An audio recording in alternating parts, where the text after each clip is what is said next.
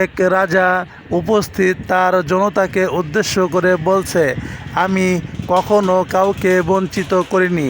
আমার নিকট যে যা চেয়েছে আমি তাকে তাই দান করেছি। রাজার এই কথা শুনে তৎক্ষণাৎ এক ভিক্ষুক উচ্চ কণ্ঠে বলে উঠল, রাজামশাই, আমার একটা টাকা খুবই প্রয়োজন, আমাকে একটা টাকা দান করেন তো।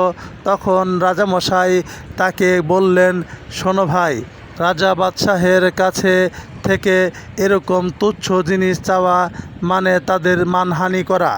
তখন সেই ভিক্ষুক বলল, রাজামশাই, যদি 1 টাকা দান করতে এতই লজ্জাবোধ করেন তাহলে আপনার পুরো রাজ্যটাই আমাকে দান করেন। তখন রাজামশাই বললেন, প্রথমবার তুমি যে জিনিসটা আমার কাছে চেয়েছো সেটা দ্বারা তুমি আমাকে অপমান করেছো, আর এখন তুমি যে জিনিসটা চাচ্ছ সেই জিনিসটি পাওয়ার যোগ্যতাই তোমার মধ্যে নাই। তুমি একজন ভিক্ষুক, তোমাকে রাজত্ব দান করে দিলে 3 দিনের মধ্যেই রাজ্যের সমস্ত জনগণকে তুমি ভিক্ষুক বানিয়ে ছাড়বে।